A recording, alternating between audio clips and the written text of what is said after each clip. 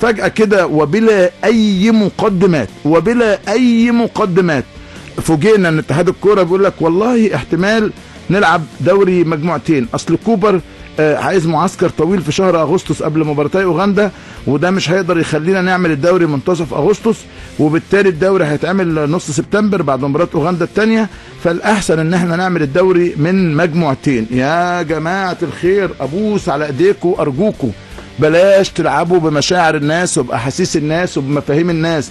مش معقول ومش مقبول ولا حد يقدر يقول انه دوري يبقى مجموعتين. في تونس بيشتكوا مر الشكوى انه الدوري يبقى مجموعتين، وعلى فكرة اللي حصل ده قلل جدا جدا مستوى الكرة في تونس وعمل مشاكل جدا. ودينا شفنا مستوى المنتخب في الفترة الأخيرة في البطولة الإفريقية وخروجه المبكر والأداء السيء جدا.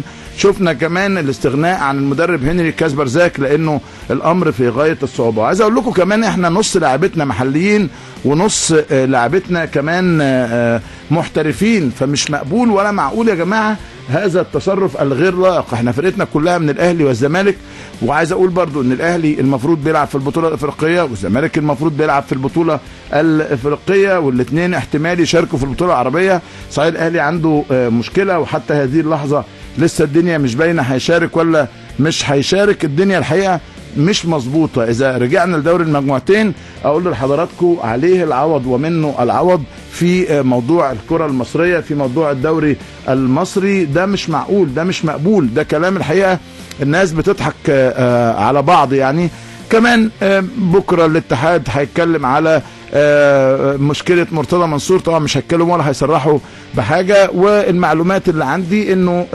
هيبقى في التزام بالعدد اللي موجود في الاتحاد لحد ما تيجي جمعية عمومية يفتتحوا او يعلنوا فتح باب الترشح للانتخابات في الفترة القادمة. في اول جمعية عمومية انتخاب عضوين بدرين، فجأة لقينا المهندس نبيل قال لك ده الاستقالة معايا، وواحد كمان زاد قال لك دي مصلحة في الشهر العقاري، واحد ثالث قال لك يا جماعة ده اصلا ما فيش مشكلة، الناس مستقيلة من زمان، انتوا عاملين مشكلة ليه؟ انا الحقيقة قربت اتجنن من هذا الكلام، لانه عمالين نتخانق وعمالين نقول يا اخوانا لو سمحتوا يا جماعة، لو فضلكم يا جماعة، لو تقدروا يا جماعة. يعني الامر بصراحة امر عجيب وامر غريب جدا، وكأنهم بيتعاملوا مع بشر من الجنس، يعني من جنس بشر من كوكب اخر يعني.